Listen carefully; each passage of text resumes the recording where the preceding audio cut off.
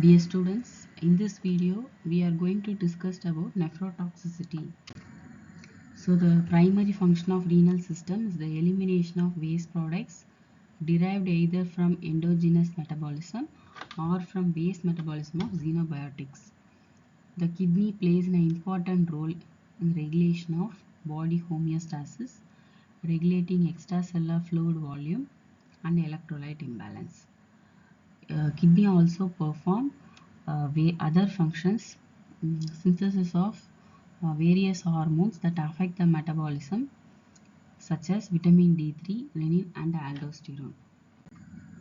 Nephrotoxicity is a kidney toxicity could affect any of these functions. The effects used clinically to diagnose kidney damage are related to excretory function damage, such as increases in urinary excretion of glucose, amino acids, or protein, and also changes in urine volume and pH. Similar changes in blood urea nitrogen, plasma creatinine, and serum enzymes can be indicative of kidney damage. They include lipid peroxidation and covalent binding to tissue macromolecules that leads to renal damage. So these are all some of the examples of nephrotoxicants. So the first one is heavy metals.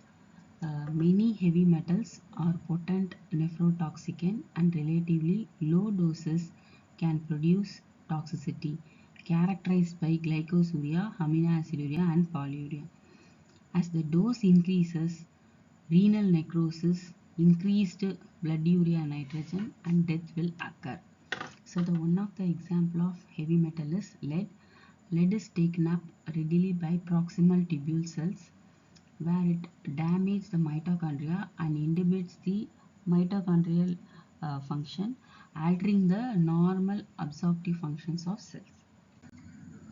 And then another one of the example of nephrotoxicant is cadmium. In human, cadmium is primarily through food or industrial exposure to cadmium dust.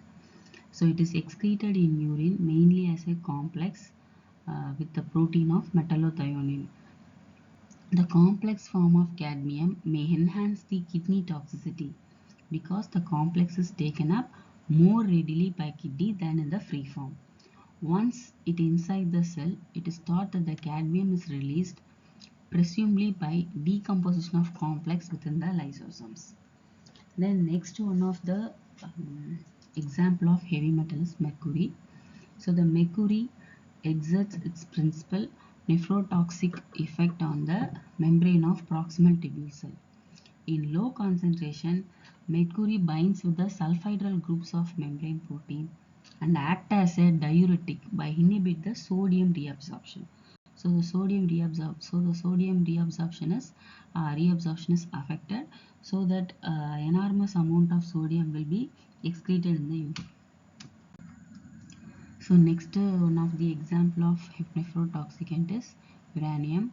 About 50% of plasma uranium is bound as a uranyl ion bicarbonate which filtered by the glomerulus. As a result of acidification of proximal tubule, the bicarbonate complex dissociate, followed by reabsorption of bicarbonate ion. The release of uranyl dioxide then becomes attached to the membrane of proximal tubule. The resultant loss of cell function is evidenced by increased concentration of glucose, amino acid, proteins in urine.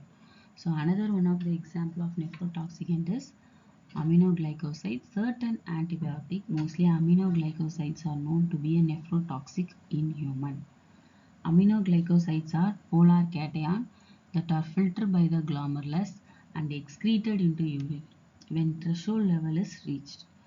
The lysosome rupture when the lysosome rupture release some of the hydrolytic enzyme that will affect the tissue damage. Amphotericin B. So the renal damage may be related to the drugs. So prolonged intake of drugs, that will also one of the major cause of nephrotoxicant. So renal damage may be related to the drugs and its biochemical mechanism of action. Example, polymyxins such as amphotericin B are surface active agents that binds to membrane uh, phospholipid, disturb the integrity of membrane, resulting in the leaky cells. Then next one of the common example of nephrotoxicant is chloroform. So it is a common industrial organic solvent that can be heterotoxicant or nephrotoxicant in both human and animal. For example, chloroform administered to the male mice develop necrosis in kidney, whereas female mice develops hepatotoxicity. It is metabolized to phosphogen. Phosphogen is capable of binding to the cellular protein to produce cell damage, that is cellular necrosis, associated with chloroform toxicity to the kidney. And then next one of the example of nephrotoxicant is hexachlorobutadiene. It is an industrial solvent and heat transfer agent. It is a widespread environmental contaminant that is potent and relatively specific nephrotoxicant. It is a first metabolized to cysteine conjugate, which is metabolized to cysteine conjugate beta lyase to a reactive product. So that product will bind to the cellular macromolecules that produce tissue necrosis. And then last one of the example of nephrotoxin is tetrafluoroethylene. So the nephrotoxic mode of action of tetrafluoroethylene is more or less similar to the hexachlorobutadiene. Thank you.